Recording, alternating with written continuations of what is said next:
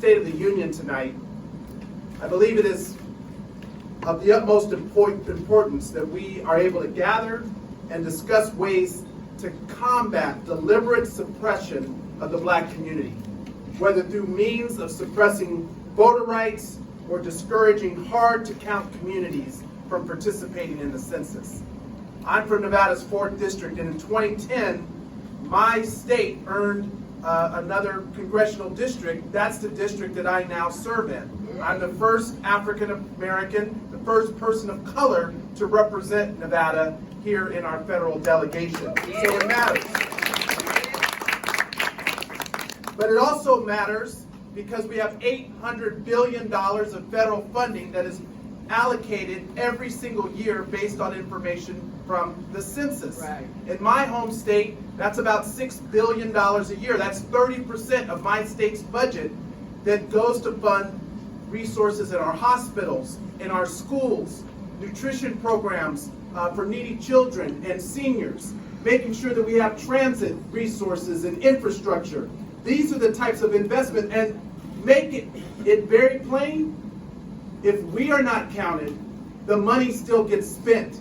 It just doesn't get spent in the black community.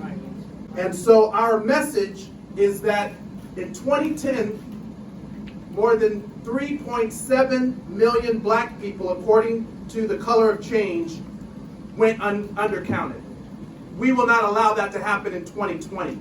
And we're actually going to use the census as an opportunity to have a conversation with the black community about what the census really brings forth in the topics that I covered in education, healthcare, and investments in our community. And also to make sure that every single person understands that regardless of whether they are housed, whether they are formerly incarcerated citizens, whether they are undocumented, that they have the right to be counted. And the same forces that are discouraging the black community from voting are the same forces trying to discourage us from participating in the census, because that is where we get our representation and that is where we get our resources. So the Congressional Black Caucus, through our 2020 task force, is working hard. We've developed a task force toolkit for each member of the Congressional Black Caucus, as well as the Tri-Caucus, working with our Hispanic, Asian American, Pacific Islander, and Native American colleagues to make sure that every community, hard to count or otherwise, is counted in this census. And I want to thank our chairwoman for making this one of our top priorities. So let's get out, let's be counted, and let's vote.